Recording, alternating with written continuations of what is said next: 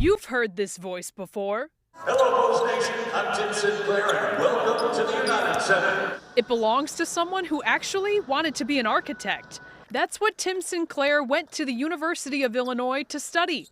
He was just looking to make a little money when he took up what he thought would be a hobby. I looked around at our church one day and happened to see a guy who worked in radio, and I went, I wonder if he would give me a job, just super part-time on the weekends. And he said words that changed my life. He said, "Do you want to be on the air?" Tim worked in TV and radio for years before he came across another opportunity at Illinois. He applied to be a public address announcer.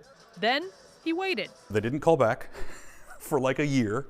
When they got real desperate, they gave me a call and asked me to do a baseball game. Tim gained experience working multiple sporting events on campus. He's called Illini basketball games for over a decade and today is recognized in Chicago as the voice of the Fire and Bears, but it's his work with the Bulls you might know best.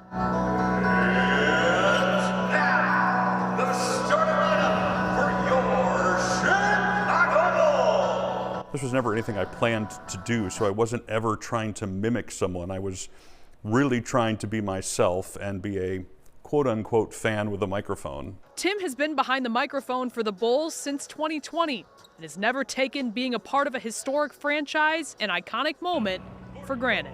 When you realize that intro, the one from the MJ days that everyone around the world knows, that now I'm the guy who's going to be doing that, there's a little fear and trembling. What does it feel like to do that in front of 22,000? It's a good question. In the moment, I don't think about it, because I think if you dwell on it too much while it's happening, I'm an emotional person. That would be very emotional. I love the idea that 6 seasons in, hopefully there'll be 10 or 15 or 20 down the line, that there will be a generation of people who my voice is the one that's tied to that intro, just like Ray Clay and Tommy, their voices are tied to it for me. Using his voice to reflect what fans should be feeling is the goal for every game. How do I, when we're down 30 or we're up 30, still make the game exciting and fun, but also honest? And that's not simple to do. So that's something I'm working hard to get better at every day. Pronouncing names is no easy task either, but Tim says he doesn't practice starting lineups or phrases on purpose. What you see is what you'll hear. Ayo Dosunmu, when he was here, wasn't always Ayo. He was just Ayo Dosunmu. But at Illinois, he would hit a big shot, game-winning shot, and it got bigger and crowds react.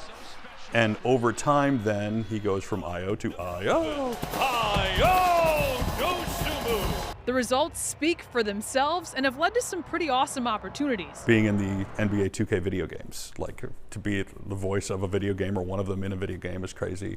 To be singing the State Farm jingle in a State Farm commercial with Jake, that I never expected. Choosing a different career path turned out pretty well for a man with a voice that travels. Thank you and enjoy the game. Jory Paris, CBS News, Chicago.